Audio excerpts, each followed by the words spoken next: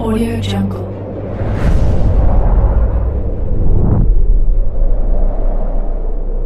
Yo, balik lagi bersama Mimin di Manhua TV. Kali ini kita akan lanjutkan pembahasan dari cerita Catastrophic Priest. Mimin infokan kembali bagi teman-teman yang ingin menonton video terbaru lebih cepat, silahkan bergabung menjadi member di channel ini dengan biaya 5.000 per bulannya. Jika tidak, teman-teman bisa bersabar lebih dulu selama 2-3 hari untuk menonton video tersebut. Tanpa berlama-lama, yuk kita masuk ke disclaimer dulu.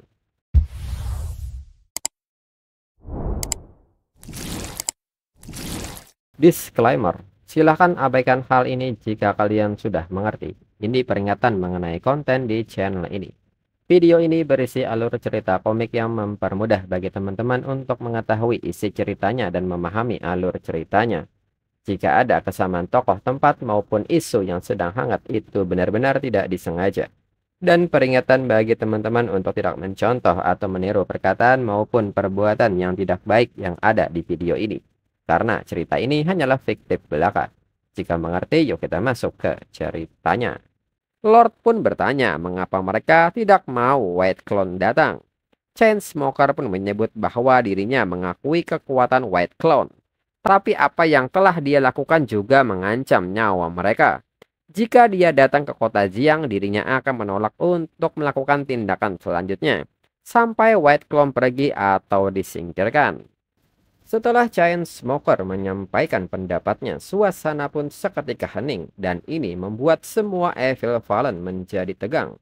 Chainsmoker pun seketika cemas dengan pendapatnya sendiri apakah akan berakibat buruk kepadanya.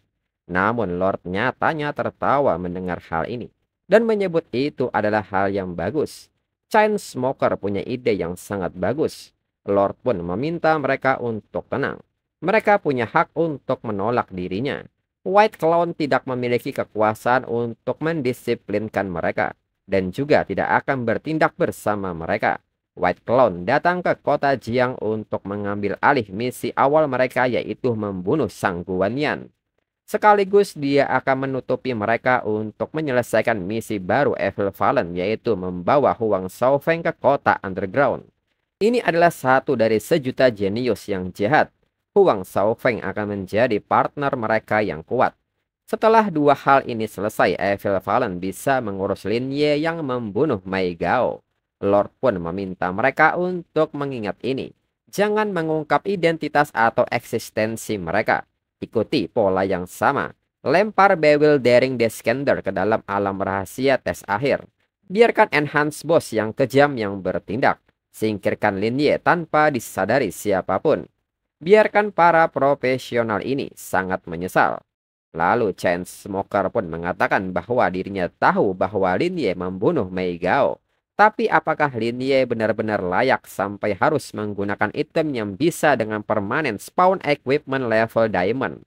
Black Beast pun membenarkan hal itu. Setelah mereka semua punya equipment level diamond, Lord bisa membunuh siapapun yang dia mau.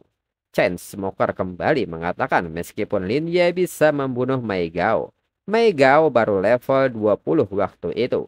Tingkat ancaman ini mungkin tidak lebih dari Sang Guanyan. Jika mereka harus menggunakan Bewildering Descender, bukankah lebih baik menggunakannya pada Sang Guanyan? Lalu Lord pun mendekat dan mengatakan bahwa aliansi profesional yang tidak berguna itu penuh dengan kerahasiaan. Tapi dirinya masih bisa mendapatkan kabar.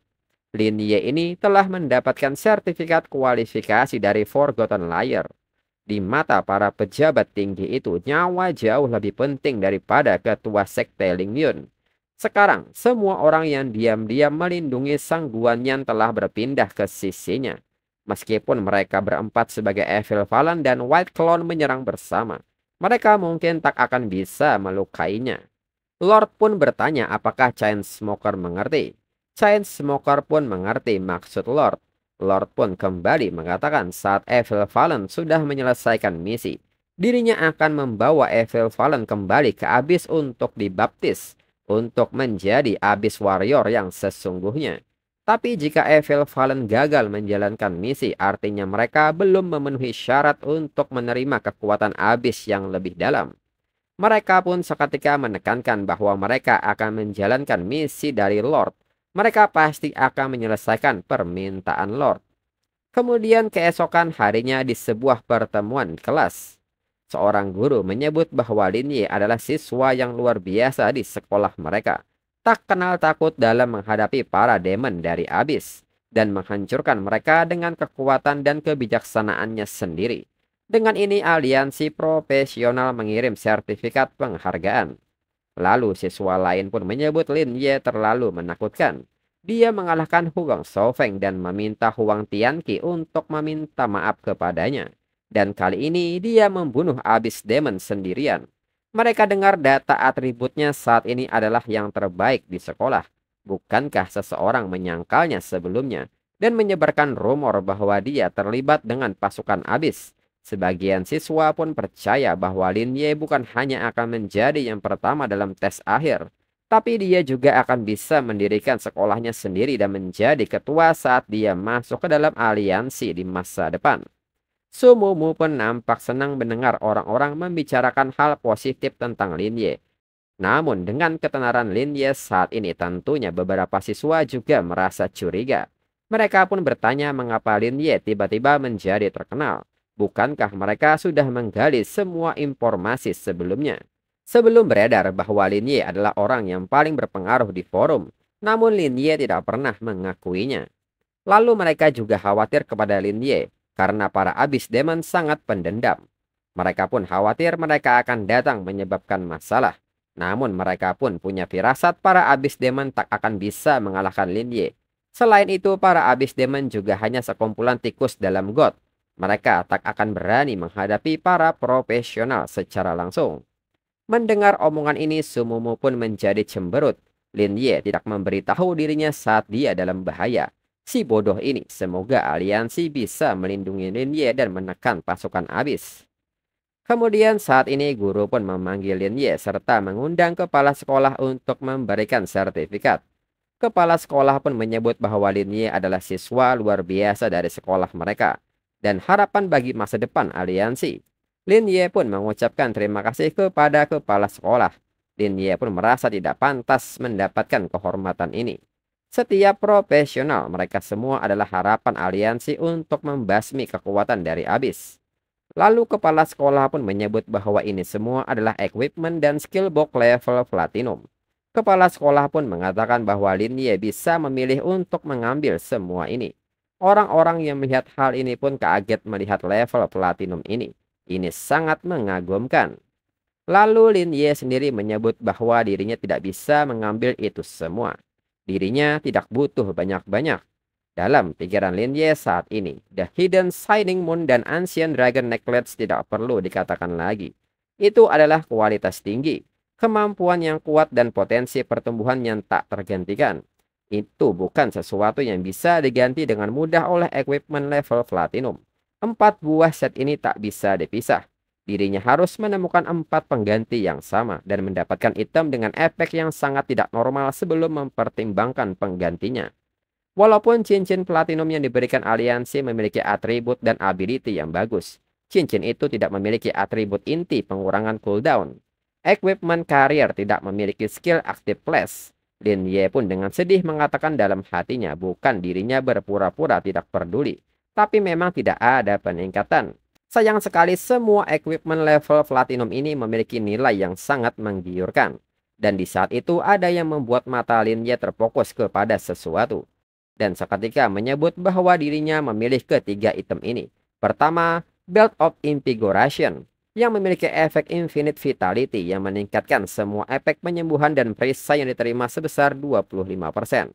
Kedua, Boat of Swiftness, yang memiliki efek peningkatan movement speed sebesar 60% dan mengurangi efek movement slowdown sebesar 25%.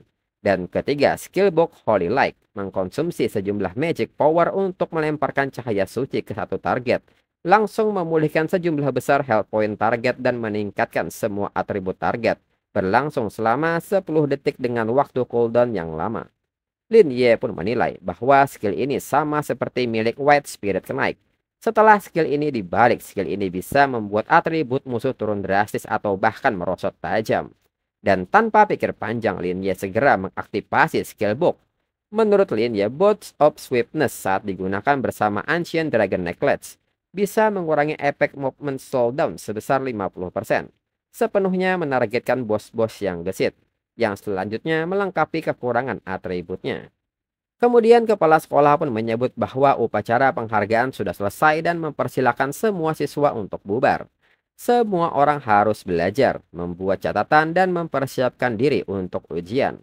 Lalu kepala sekolah memberitahu Lin Ye bahwa aliansi telah mengirim orang-orang untuk melindungi Lin Ye secara diam-diam.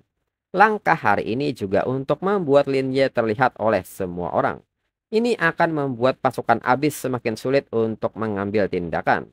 Lin Ye pun mengerti.